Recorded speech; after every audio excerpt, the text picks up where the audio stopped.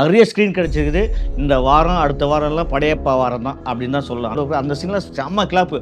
அப்பவே அந்த படம், அந்த சீன்லாம் வந்து பயங்கரமான கிளாப் வாங்குச்சு. இப்பவும் அந்த அளவுக்கு கிளாப் வாங்கும். அதில எந்த மாற்றமும் இல்ல. படத்துல சிவாஜி கணேசன் இருக்காரு. மனுஷன் நடிச்சிருப்பாருங்க.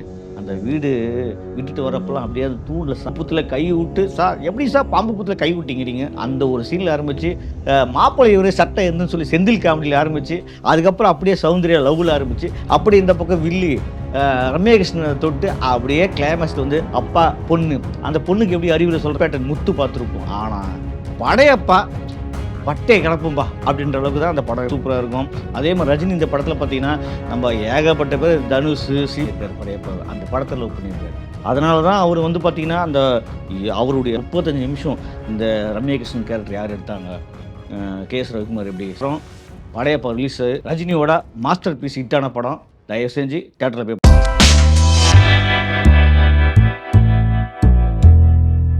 சூப்பர் ஸ்டார் நடிப்பில் கே.எஸ். ரவிக்குமார் இயக்கத்தில் படையப்பா படத்தை பற்றி தான் பார்க்க போகிறோம். படையப்பா ரீ ரிலீஸு அடடா! இந்த படம் ரஜினிக்கு வந்து மிகப்பெரிய மகுடம்னு தான் சொல்லணும். ஏன்னா, அதனால தான் ரஜினி பார்த்தீங்கன்னா, எந்த ஓடிடியும் இந்த படம் குடுக்காம, அவர் ஓனா வச்சுட்டுருக்காரு. டிவியில மட்டும் தான் டெலிகாஸ்ட் ஆயிருக்கும். ஓடிடில நீங்க எங்கேயுமே பார்த்துருக்க முடியாது படையப்பாவ. அதுக்கு காரணம் ரஜினியோட மாஸ்டர் பீஸ் இந்த படம். ஆனா, உண்மையிலே படையப்பா வந்து 1999ல ரிலீஸ் ஆச்சு. இப்ப 2025 கிட்டத்தட்ட பார்த்தீங்கன்னா, 26 வருஷம். நீங்க உண்மையிலே மக்களே, அ 2கே கிட்ஸு தயவு செஞ்சு இப்ப நீங்க பல படங்கள் பார்த்துருப்பீங்க. ஆனா படையப்பா போய் பாருங்க. சும்மா ஒவ்வொரு சீனும் சும்மா நச்சு, நச்சு, நச்சுன்னு டயலாக் ஆகட்டும், பாட்டாகட்டும், ஃபைட் ஆகட்டும், அதே மாரி கதையாகட்டும், சும்மா ஷார்ப்பா பண்ணியிருப்பாரு. அதனால தான் ரஜினி வந்து ஓடிடில குடுக்காத இந்த படம் என்னைக்கா இருந்தாலும் ஏன் ரிலீஸ் இப்ப ரிலீஸ் ஆகும். 2030ல ரிலீஸ் ஆகும். 40ல ரிலீஸ் ஆகும். 50ல ரிலீஸ் ஆகும். அதனால அவரு வந்து அவங்க ரஜினியோட பேரன், பேத்தி இதெல்லாம் ரிலீஸ் பண்ணிட்டே இருக்கலாம் எப்போ வேணாலும். அந்த மாரி வச்சுட்டுருக்காரு. மாஸ்டர் பீஸ் இது. படையப்பா அப்படின்னோனே டக்குனு நமக்கு யார் தெரியுமா ஞாபகம் வரும்? ரம்யா கிருஷ்ணன் மட்டும் தான் ஞாபகம் வரும். ஏன்னா, ரம்யா கிருஷ்ணன் ரஜினியே இப்ப பேசியிருக்காரு. நெறைய வீடியோல பேசியிருந்தாரு. இது ப்ரமோஷன்லாம் நெறைய பண்ணியிருந்தாங்க இந்த படத்துக்கு. ஆனா, இப்ப பார்த்தீங்கன்னா, இந்த வாரம் எந்த பெரிய படமும் இல்ல. எல்லா ஸ்க்ரீன்லயுமே படையப்பா தான். படையப்பா, படையப்பா, படையப்பா. அதே இப்போ வந்து அதே ரஜினி பேசுனதுல இன்னும் வைரல் ஆகி இந்த படத்துக்கு நெறைய புக்கிங் போயிட்டுருக்கு. நெறைய ஸ்க்ரீன் கிடைச்சிருக்குது. இந்த வாரம், அடுத்த வாரம்லாம் படையப்பா வாரம் தான் அப்படின்னு தான் சொல்லலாம். அந்த அளவுக்கு படம் ரிலீஸ் ஆயிருக்கு. ஆனா, ரம்யா கிருஷ்ணன் உண்மையிலேயே வந்து இந்த படத்துல ரஜினிக்கு ஈக்குவலான ரோலுங்க. ஆனா, உண்மையிலேயே ரஜினி ஏற்கனவே வள்ளின்னு ஒரு படம் இல்லையா? அந்த வள்ளின்னு ஒரு படம். அடுத்து பார்த்தீங்கன்னா, இந்த படத்துக்கு இவரே தான் கதை எழுதியிருக்காரு. ஆனா, அந்த மனுஷன் எப்படி எழுதினாலும், ஒரு ஹீரோ இந்த அளவுக்கு டாப்பா இருக்கிறதுக்கு காரணம் என்ன பார்த்தீங்கன்னா, அந்த கதை தாங்க. இப்ப இந்த வில்லன் இப்ப நெறைய பேர் சொல்லுவோம். எல்லாருமே சொல்றது என்னன்னா, அந்த ஒரு படத்துல வில்லன் கேரக்டர் ஸ்ட்ராங்கா இருந்தா தான் அந்த படம் கண்டிப்பா ஜெயிக்கும், நிக்கும்னு. ஆனா, இதுல பாரு வில்லன் கிடையாது. வில்லி. வில்லி கேரக்டர் அவ்ளோ ஸ்ட்ராங்கா எழுதியிருக்காரு மனுஷன். ரஜினிக்கு ஒரு படி கீழனா, அந்த அம்மா ஒரு படி மேல. ரஜினி திருப்பி ஒரு படி மேல போனா, திருப்பி அந்த அம்மா மேல. கிளைமாக்ஸ்லயும் அந்த அம்மா மேல தான் இருப்பாங்க. ரஜினி அந்த மாரி அந்த கதை எழுதியிருக்காருன்னா பெரிய ஆச்சரியம். இன்னைக்கு ஒரு ஹீரோ என்ன பண்ணுவான்? "யோவ்! நான் எல்லா சீன்லயும் வரேன்யா. நான் எல்லா சீன்லயும் நடிக்கணும். நான் எல்லா சீன்லயும் ஸ்கோர் பண்ணணும்." அப்படி தான் நினைப்பான். ஆனா ரஜினி அத யோசிக்காம ரம்யா கிருஷ்ணன் தூக்கி அங்க வச்சிருக்காரு பாருங்க. அதுதாங்க இந்த படம் சூப்பர் டூப்பர் ஹிட்டு. இன்னைக்கு வரையும் நீலாம்பரிய பல பேர் பார்க்கலாம். ஒவ்வொரு வீட்லயும் ஒரு நீலாம்பரி இருப்பா. ஏன்னா திமிரு, நட, ஸ்டைலு ஓகே இதெல்லாம் அடக்கத்துக்கு ஒரு ஆம்பளை இருப்பான். அதுதான் இந்த படத்தோட கதையே. ஒவ்வொரு வீட்லயும் குடும்பத்திலயும் சரி, நீலாம்பரின்னு ஒரு திமிரு பிடிச்ச ஒரு பொண்ணு இருந்தா, அங்க நல்லது சொல்ல ஒரு ஆம்பளை இருப்பான். அந்த மாரி இந்த படத்துல ஒவ்வொரு சீன்லயுமே ரஜினிக்கும் அவங்களும் கிராஸ் ஆகுற சீனு கடைசில ரஜினி ஜெயிக்கவே முடியாது.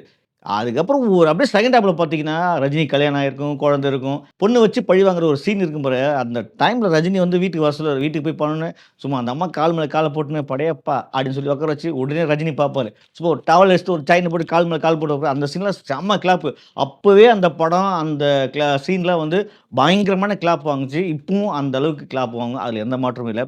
படத்துல சிவாஜி கணேசன் இருக்காரு. மனுஷன் நடிச்சிருப்பாருங்க. அந்த வீடு விட்டுட்டு வரப்பலாம் அப்படியே அந்த தூண்ல சாஞ்சு அழுவாரு பாருங்க. அப்படியே ஆனந்த கண்ணீரா வரும். அந்த அளவுக்கு சிவாஜி ஸ்கோர் பண்ணியிருப்பாரு ஒரு பக்கம். ரஜினி ஆரம்பத்துலேருந்துங்க பாம்பு புத்துல கை விட்டு, "சார் எப்படி சார் பாம்பு புத்துல கை விட்டீங்கிறீங்க?" அந்த ஒரு சீன்ல ஆரம்பிச்சு, மாப்பிள்ளை இவரு சட்டை எதுன்னு சொல்லி செந்தில் காமெடியில ஆரம்பிச்சு, அதுக்கப்புறம் அப்படியே சௌந்தர்யா லவ்ல ஆரம்பிச்சு, அப்படியே இந்த பக்கம் வில்லி ரம்யா கிருஷ்ணன தொட்டு அப்படியே கிளைமாக்ஸ்ல வந்து அப்பா, பொண்ணு. அந்த பொண்ணுக்கு எப்படி அறிவுரை சொல்றத ஆரம்பிச்சு, கிளைமாக்ஸ்ல பொண்ணுங்கன்னா அடக்கம் இருக்கணும். ஓகேவா? பணிவு இருக்கணும்னு சொல்லி முடிக்கிற அந்த கடைசி கிளைமாக்ஸ் வரையும் ரஜினி சும்மா ஸ்டைலு, ஸ்டைலு, ஸ்டைல், ஸ்டைல். ஒவ்வொரு சீன்லயுமே ஸ்டைல், ஸ்டைலா இருப்பாரு.